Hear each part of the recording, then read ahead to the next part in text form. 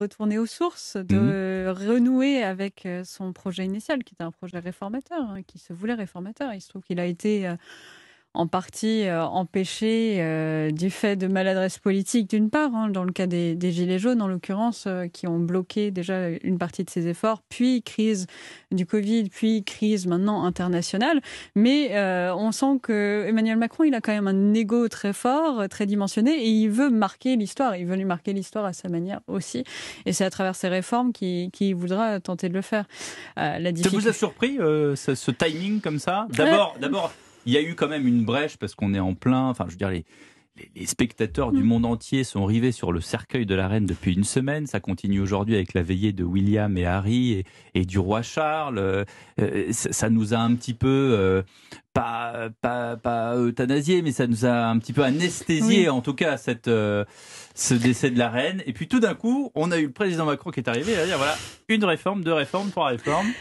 C'est vrai qu'on peut être surpris par rapport au contexte international, mais en même temps, si il ne le fait pas maintenant, s'il ne le fait pas à la première rentrée après avoir été réélu, et qu'il attend quelques mois, il risque d'être complètement piégé dans les jeux politiques, dans l'engoncement du Parlement qui va être bloqué ou en difficulté, et il ne sera plus en mesure de faire quoi que ce soit s'il attend plus longtemps. Donc je pense qu'il a voulu saisir l'opportunité de cette rentrée où il a encore la main un peu libre. Marie-Virginie par la montre en disant qu'il faut agir maintenant, Marion Paré. Oui, il avait vraiment cette pression dès le départ. Il est quand même arrivé en position de rupture. Il voulait être la rupture avec la politique comme elle se faisait, ce côté disruptif, de parler à tout le monde, de vouloir un peu chambarder à tout le monde, système. Tout le temps, à toute heure, exactement. En n'importe quel lieu. D'ailleurs, maintenant, plus personne ne sait à qui il parle, ni à qui il s'adresse, ni qui fait partie de ces systèmes de décision, ce qui pose aussi un problème dans l'autre sens. Je ne sais pas si vous vous souvenez, mais au tout début du premier mandat, il avait quand même dit qu'il allait raréfier sa parole. Oui. C'est-à-dire qu'à un moment donné, il parlait comme un tourniquet, c'est-à-dire qu'on l'entendait vraiment sur toutes les radios, sur toutes les télés, puis après, sans doute quelqu'un a dû lui dire « mais attendez, vous parlez un peu trop, vous êtes quand même président de la République ». Il s'est abstenu, je vais raréfier, puis ça a duré, je crois, 2 semaines. Oui, et puis il risque de tomber dans les travers que François Hollande avait eu, de s'exprimer sur tous les sujets dans ce genre de situation. Ce qui peut être le défaut. Surtout à l'heure actuelle, alors que finalement, il a créé un système autour de lui où il a des personnalités qui sont présentes, mais qui n'arrivent pas non plus à émerger. Bon, Elisabeth Borne a quand même pour le moment réussi un peu à s'imposer dans le paysage politique, mais personne ne la repère comme leader. Elle est plus une gestionnaire de la structure macroniste, un petit peu, de la politique publique qu'Emmanuel Macron essaye de mettre. Mais tout le monde sait que s'il faut faire bouger quelque chose, il faut s'adresser au président directement. Donc à partir de ce moment-là, oui, il y a un péché, peut-être un petit péché d'orgueil. Après moi, le déluge. Je pense qu'il veut marqué. Donc, il a intérêt à pouvoir structurer quelque chose. Et je pense que c'est pour ça qu'on a les réformes ou les tentatives de réforme. Mais pour le parti, je pense qu'il y a 2 dynamiques très conflictuelles. Il y a cette envie peut-être justement d'avoir quand même une continuité, une postérité, de laisser quelque chose.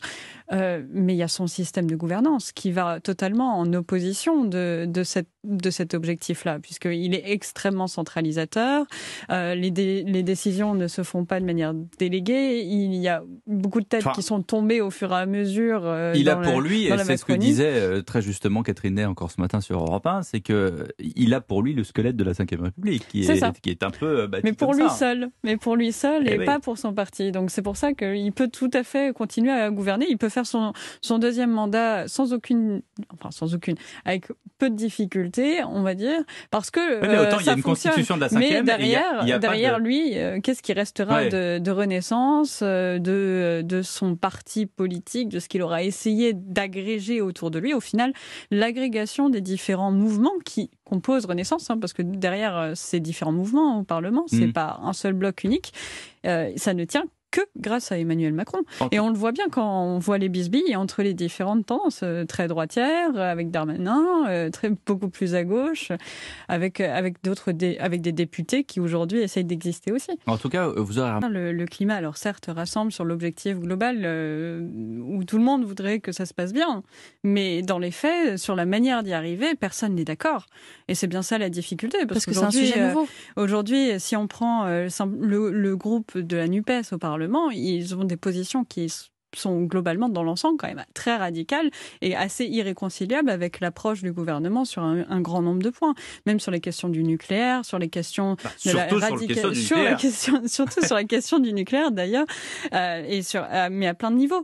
Et au contraire, je pense que bien sûr Emmanuel Macron pourrait vouloir en tout cas déjà clarifier sa communication en prenant une réforme un peu phare, mais son ambition au départ c'était surtout de restructurer l'État, de remettre un peu un État qui soit clean, d'une certaine propre, c'est-à-dire frais, qui soit déchargé de sa lourdeur administrative, qui soit dynamique, qui permette de réattirer l'investissement étranger, qui puisse avoir sa propre industrie. Il avait quand même une ambition sur ce domaine-là aussi qui était intéressante, mais qu'il n'a pas été en mesure de faire. Et je pense que c'est aussi à travers ça qu'il essaye c'est pour ça qu'on a des réformes qui touchent la question du chômage, la question des retraites. C'est pour essayer de nettoyer les finances publiques. Sur le non-cumul des mandats.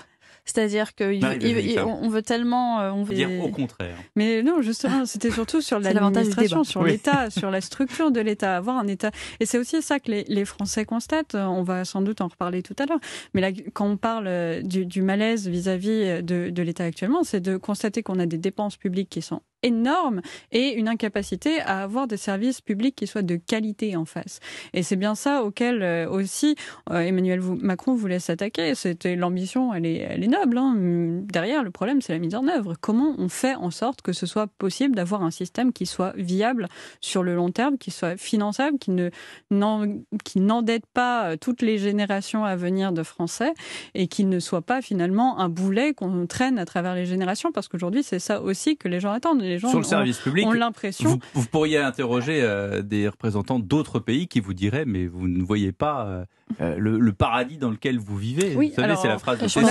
On a beaucoup d'avantages. On a énormément d'avantages. On paye beaucoup d'argent parce qu'on a beaucoup d'avantages. La sécurité sociale française est quelque chose de totalement... durabilité. La question, c'est la durabilité. Bien c'est sûr. bien pour ça qu'on s'attaque. Voilà. C'est pour ça que la question des retraites se pose aujourd'hui, parce que si on veut que ça tienne, avec notre démographie, avec notre système économique tel qu'il est, et il faut pouvoir faire rentrer pour que l'équation arrive à équilibre au bout d'un moment. Sinon, on continuera à s'endetter et on essaye de faire abstraction de la réalité qu'est l'économie et le monde international, et se dire qu'un jour, peut-être que la BCE simplement annulera nos dettes. Mais ça n'existe pas. Ça, c'est de la pensée magique. Sur la politique migratoire, vous avez entendu le président de la République dire d'un côté qu'on avait une politique injuste et absurde, et de l'autre côté, à chaque problème une solution. Voici la solution. Effectivement, on va accueillir les gens de l'immigration, mais on va plutôt les laisser dans les centres-villes. On va les mettre dans les campagnes. Et on a envie de dire, le président a été presque devancé par une initiative à Callac en Bretagne, non pas en Grande-Bretagne, mais en Bretagne, chez nous en France, dans une petite bourgade, effectivement, où un particulier a mis à disposition une maison pour accueillir des réfugiés politiques. Les premières, quand on prend la température des habitants de Callac, c'est pas forcément bienvenu, les réfugiés, on va vous aider. Oui, d'ailleurs, ils ont assez peu pris la température avant le projet. C'est bien la difficulté, c'est que ils ont lancé ce projet, ils l'ont amorcé, ils ont fait, de ce que j'ai compris, une réunion publique et à partir de là, ils ont lancé. Il n'y a pas vraiment eu de ce qu'on appelle une concertation.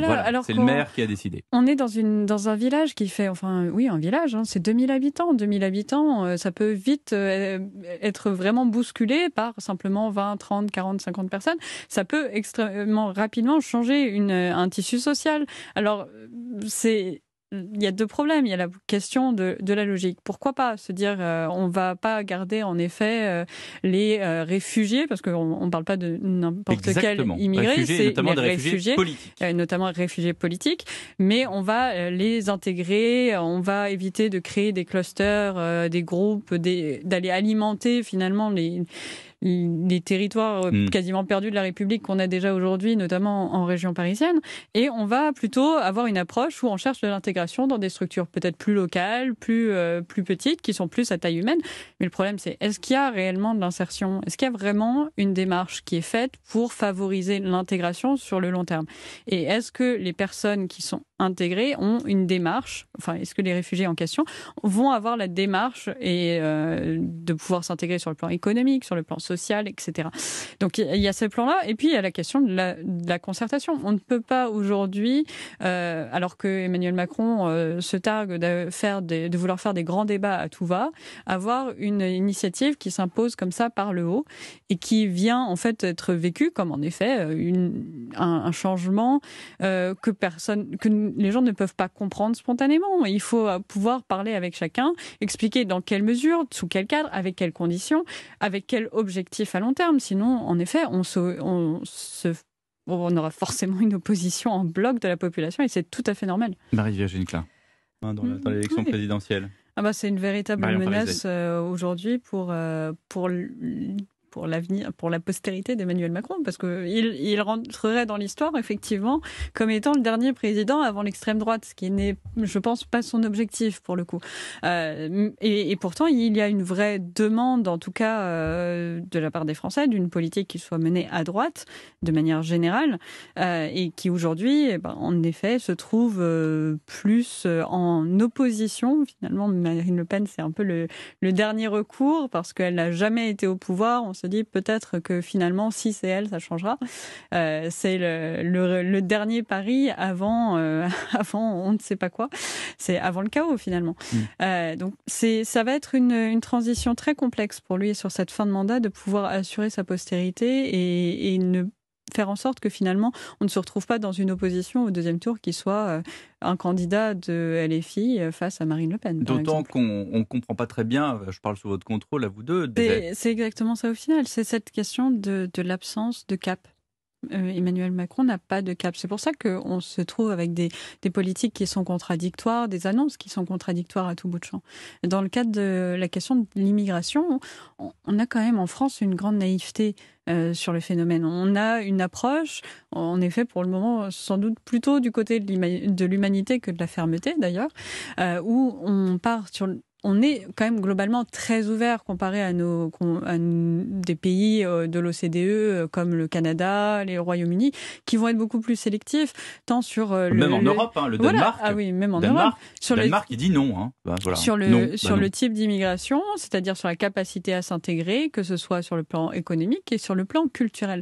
Mais c'est important parce que d'avoir cette base-là, parce que derrière, on n'est pas simplement un centre aux portes ouvertes où tout le monde vient, rentre, venez comme vous êtes, McDonald's, voilà, c'est pas la France. Justement, il y a plutôt un intérêt à être clarifié sur vers où on veut aller dans cette dimension-là. Merci beaucoup, Marc.